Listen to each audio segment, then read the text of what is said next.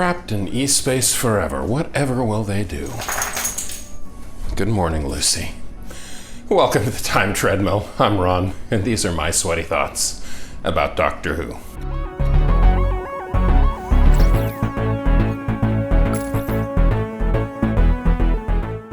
You're a good girl, Lucy.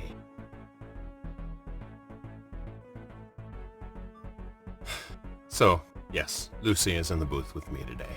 One bit of personal business before I get on to Doctor Who. Yesterday I talked about how all of my websites were offline. Today, thankfully, everything is restored back. There was no data loss and everything seems to look good.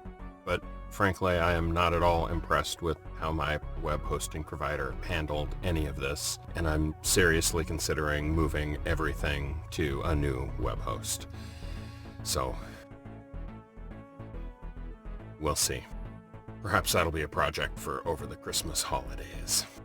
Anyway, getting on to Doctor Who and Full Circle.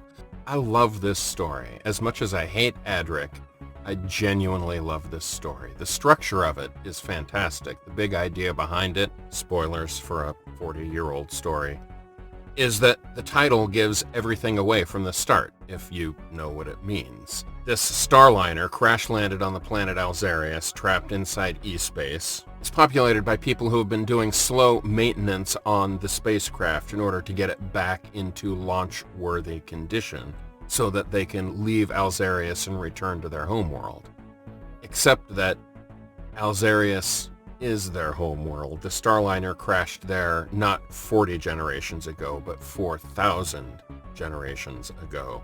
And everybody working towards repairing the ship are actually evolutionarily descended from the Marshmen. They are all true Alzarians, and they've been trapped in a stasis of indecision by their political leadership structure, which, thanks to the Doctor, is finally broken.